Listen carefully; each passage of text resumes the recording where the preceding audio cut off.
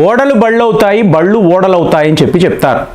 ఇప్పుడు మీరు చూడండి, హుమ్సా యూసఫ్ అని చెప్పి పాకిస్తాన్కి చెందిన ఒక వ్యక్తి, అంటే పాకిస్తాన్ ఆరిజిన్ వ్యక్తి. ఇతను యూకేలో ఉంటాడు. ఇతను స్కాట్లాండ్లో ఒక మంత్రి. మీకు స్కాట్లాండ్ అన్నప్పుడు మీరు ముందు యునైటెడ్ కింగ్డమ్ అని అంటారు చూసారా, గ్రేట్ బ్రిటన్. సో ఈ దేశం గురించి తెలుసుకోవాలి. సో ఒక భాగము మీకు ఇంగ్లాండ్, తరువాత స్కాట్లాండ్, తర్వాత నార్త్ ఐర్లాండ్, తరువాత మీకు వేల్స్. దీనినే వీళ్ళు యునైటెడ్ కింగ్డమ్ అని అంటారు. కానీ ఇవన్నీ కూడా అటానమస్ గవర్నమెంట్ కలిగిన దేశాలు అనకూడదు, మీకు భాగాలు. సో ఇప్పుడు వీళ్ళు ఏంటంటే యూకే నుంచి విడిపోతే, సో ఇది విడిపోకుండా ఉండాలి అనేదే ఒక చాలా పెద్ద విషయంగా యూకే వాళ్ళు చూస్తారు. మీకు ఈ హుమ్సా యూసఫ్ సో తాను మినిస్టర్ అయిన తరువాత యూకే పార్లమెంటులో నేను ఒక రెజల్యూషన్ తీసుకువస్తాను, ఒక రెఫరెండం తీసుకువస్తాను. ఏమిటి ఇది అంటే స్కాట్లాండ్ యొక్క స్వతంత్రము. అంటే చూడండి, ఎలాగైతే భారత్ను వీళ్ళు భారత్ పాకిస్తాన్ అని చెప్పి విడగొట్టారో, ఇవాళ యూకేలో స్కాట్లాండ్లో ఉండే ఒక మంత్రి ఆయన ఏం మాట్లాడుతున్నాడు అంటే స్కాట్లాండ్కి స్వతంత్రము కావాలి, మేము విడిపోతాము. అంటే ఏంటి, యూకేలో ఒక ముక్క విడిపోతుంది. ఇమీడియట్గా దాన్ని ఎదిరించిన వ్యక్తి ఎవరు? Rishi Sunak. So Rishi Sunak ఏంటి, ఇతను ప్రధానమంత్రిగా ఉన్నప్పుడు మీకు హుమ్సా యూసఫ్తో మీటింగ్ పెట్టుకొని అలా ఎలా చేస్తావు, మనము కలిసి కదా ఉన్నాము, ఇవాళ విడిపోదాము అంటావేంటి అంటే మాకు స్వతంత్రం కావాలి కదా, సో మీ పాలనలో మేము ఎంతకాలం ఉంటాము, కుదరదు. స్కాటిష్ ప్రజలు ఇదే కోరుకుంటున్నారు, ఫ్రీ ఫ్రమ్ యూకే అని చెప్పి వాళ్ళు చెప్తున్నారు. అంటే దీన్ని ఎలా చూడాలి, రిషి సునాక్ ఏమో మహాత్మా గాంధీ గారు, మీకు హుమ్సా యూసఫ్ ఏమో మీకు మహమ్మద్ అలీ జిన్నా. నాకు విడి పాకిస్తాన్ కావాలి అన్నట్టుగా నాకు విడి స్కాట్లాండ్ కావాలి. ఇదంతా ఎవరు చేస్తున్నారండి? మీకు భారతీయులు. ఒకవేళ పాకిస్తాన్లో ఉన్న ప్రజలను కూడా మీరు కలుపుకున్నారు అనుకోండి, మీకు ఒక బృహత్తర కార్యక్రమం, ఒక మేజర్ స్ట్రాటజీ, యూకేను ముక్కలు ముక్కలుగా విడగొట్టాలి. అంటే ఏంటి, అక్కడ నివసించే భారతీయులు ఇవాళ యూకేలో ఒక కీలకమైన నిర్ణయం అనుకోండి, మనము చెప్తున్నట్టే వాళ్ళు వింటారు. అంటే యూకే ప్రజలు కూడా మన భారతీయులను అక్కడ ఒప్పుకుంటున్నారు. సో ఈ చరిత్ర మీరు చూసారనుకోండి, రిషి సునాక్ ఏమైనా ఫ్లూక్లో యూకే యొక్క ప్రధానమంత్రి అయిపోయాడా అంటే కాదండి, చాలా చాలా డెప్త్గా ఉంటుంది. ఆ రోజుల్లో బ్రిటిష్ సామ్రాజ్యము ఎన్నో దేశాలను పాలించేవాళ్ళు. అందులో మీరు చూసారనుకోండి, కెన్యా అనబడే ఒక దేశం, అలాగే ఉగాండా అని ఇంకొక దేశం. సో ఇప్పుడు ఈ దేశాలను పాలించాలి. ఇది బ్రిటిష్ సామ్రాజ్యంలో భాగం, ఒక కాలనీ. కాబట్టి వాళ్ళు ఏం చేశారు, మన భారతీయుల్లో మోస్ట్ ఎఫిషియెంట్గా ఉండే అధికారులు, అలాగే సిక్ కమ్యూనిటీ, వీళ్ళందరినీ సెలెక్ట్ చేసి police department, army, administration, so మీరందరూ కూడా కెన్యా ఉగాండా వెళ్ళండి అంటే వీళ్ళందరూ అక్కడికి వెళ్ళారు. వెళ్ళి బాగా సెటిల్ అయ్యారో అక్కడ పాలన అనేది చేశారు. అలాగ గణనీయంగా భారత్ యొక్క పాపులేషన్ మీకు కెన్యాలో ఉగాండాలో పెరగడం మొదలైంది. తరువాత మీకు ఈ దేశాలకు స్వతంత్రం వచ్చిన తరువాత భారతీయులు మీరు వెళ్ళిపోండి అని చెప్పి వీళ్ళు చెప్పారు. సో వాళ్ళు ఎందుకు అలా చెప్పారు అంటే అక్కడ మీరు ఆస్తులు చూశారనుకోండి, అంతా భారతీయులదే. కెనియాలో మీకు ఒక సింహ భాగము భారతీయుల చేతుల్లోనే ఉండడంతో అది తట్టుకోలేక వాళ్ళు ఏం చెప్పారు, భారతీయులు మా దేశంలో ఉండడానికి లేదు, వెళ్ళిపోండి అని చెప్పారు. సో వీళ్ళు అక్కడ నుంచి ఏంటి, కొంతమంది అమెరికా, కొంతమంది యూకే, ఆల్రెడీ యూకేతో కనెక్షన్ ఉంది కాబట్టి వాళ్ళే మనల్ని అక్కడికి పంపించారు. కాబట్టి వీళ్ళందరూ యూకేలో వెళ్ళి సెటిల్ అవ్వడం మొదలయ్యారు. తరువాత మీకు లేబర్ పార్టీ, కన్జర్వేటివ్స్ పార్టీ.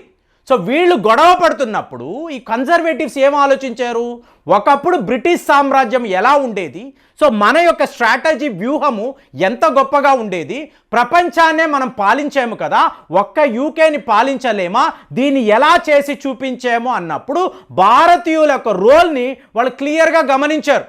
ఓహో, ఇంతంత పెద్ద నిర్మాణాలు, ఇన్ఫ్రాస్ట్రక్చర్, మీకు ఒక పరిపాలనా వ్యవస్థ అంటే భారత్ నుంచే కదా, భారత్ వైపు నుంచే కదా మనం పరిపాలన చేయగలిగాము. కాబట్టి మన యూకేలో ఉండే భారతీయులను మనం మన గ్రిప్పులోకి తీసుకోవాలి అని చెప్పి కన్జర్వేటివ్ పార్టీ ఏం చేసింది, అతి ముఖ్యమైన భారతీయులంతా తమ పార్టీలో వీళ్ళు కలుపుకున్నారు. సో ఎప్పుడైతే కలుపుకున్నారో 1979 వరకు కూడా మీరు గమనించారో అనుకోండి, హార్డ్లీ 9% ఉన్న భారతీయులు ఒక్కసారిగా 2000 వచ్చే నాటికి 25%కి వెళ్ళిపోయారు. అంటే ఒక 25% మన భారతీయులు యూకే పార్లమెంటులో నిర్ణయాలు తీసుకున్నప్పుడు దానికి సపోర్ట్ అనేది ఉండేది. అంటే యూకేలో మన యొక్క ఫుట్ ప్రింట్ ఎంత బలంగా ఉంది అంటే పొలిటికల్గా కూడా మనము ఎదిగాం. మన ఇండియాలో ఉండే బిలియనర్స్ వీళ్ళు యూకేలోకి వెళ్ళి వ్యాపారం మొదలుపెట్టారు, రియల్ ఎస్టేట్ వ్యాపారం. మళ్ళీ టాటాస్ అన్నారు అనుకోండి, పెద్ద పెద్ద ఫ్యాక్టరీలు, గీగా ఫ్యాక్టరీలు అనేవి పెట్టడం మొదలుపెట్టారు.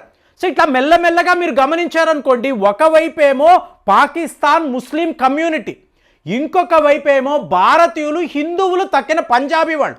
ఇవాళ పంజాబీ వాళ్ళు ఏం చేస్తున్నారు, ఖాళీస్థాన్ రెఫరెండం అంటున్నారు. అంటే మీరు గమనించారు అనుకోండి, ఒకవైపు భారతీయులు, ఇంకొక వైపు ఏమో పాకిస్తాన్కి చెందిన వాళ్ళు, అలాగే సిక్కులు ఖాళీస్థాన్ మూమెంట్ వాళ్ళు.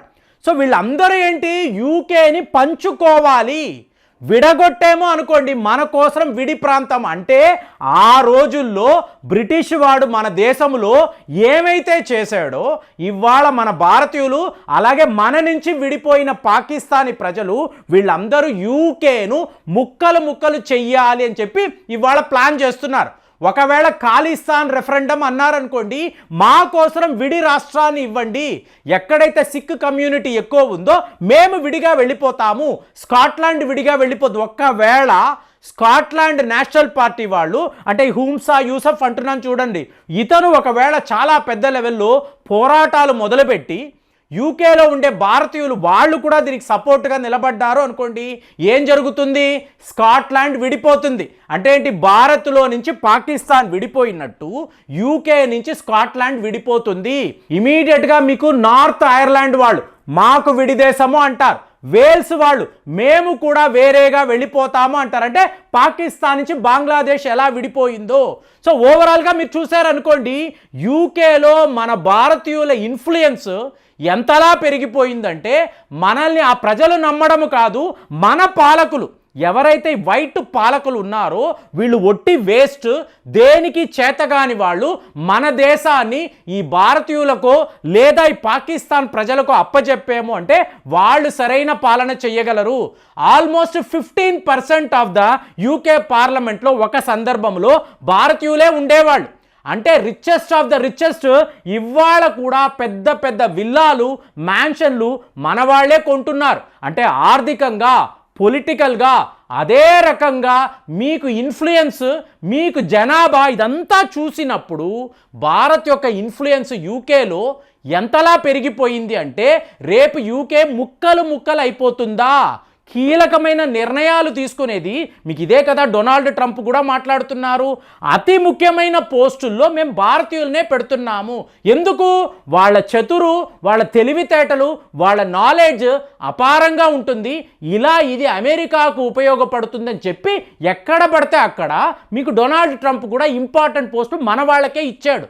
దాంతో ఇవాళ అమెరికాలో విపరీతమైన రేసిస్ట్ రిమార్క్స్, అసలు ఎక్కడ చూసినా ఈ భారతీయులు ఉండడం ఏంటి, ఇది అమెరికా కదా, అమెరికా అధికారులు కదా ఉండాలి అని చెప్పి పొలిటికల్గా చాలా పెద్ద గొడవలు చేస్తున్నారు. ఇదే పరిస్థితే ఇవాళ యూకేలో కూడా ఉందండి. అతి ముఖ్యమైన పోస్టులు మీరు గమనించారు అనుకోండి మన భారతీయులే ఉంటారు. ఆ రోజుల్లో వాడు నేరుగా మన దేశంలోకి వచ్చి మనల్ని అష్ట కష్టాలకు గురి చేస్తే ఇవాళ ఇదే యూకేని మనము ముక్కలు ముక్కలుగా విడగొడతామా. విన్స్టన్ చర్చిల్ ఏం మాట్లాడాడండి, ఈ పవర్ ట్రాన్స్ఫర్ అనేది జరిగితే భారత్లో ఉండే రాస్కల్స్, రోగ్స్ వీళ్ళే కదా దేశాన్ని పరిపాలిస్తారు, మరి అలాంటప్పుడు నేను ఎలా అధికారాన్ని ఇస్తాను అంటే ఇవాళ నీ దేశంలో ఏం జరుగుతుంది. విన్స్టన్ చర్చిల్ నరకములో నుంచి నీ ఆత్మ దీన్ని గమనిస్తే భారతీయుల ఒక ఇన్ఫ్లుయెన్స్ యూకే మీద ఎంత ఉందనేది క్లియర్గా అక్కడి నుంచి అతను చూడగలడు. దీనినే బళ్ళు ఓడలవుతాయి, ఓడలు బళ్ళు అవుతాయని చెప్తారు. సో ఇలా చూస్తే యూకేని డివైడ్ చేయడంలో భారత్ యొక్క రోల్ ఎలా ఉంది ఆలోచించి కామెంట్స్లో తెలియజేయండి. మళ్ళీ వచ్చే వీడియోలో కలుద్దాం. జై హింద్.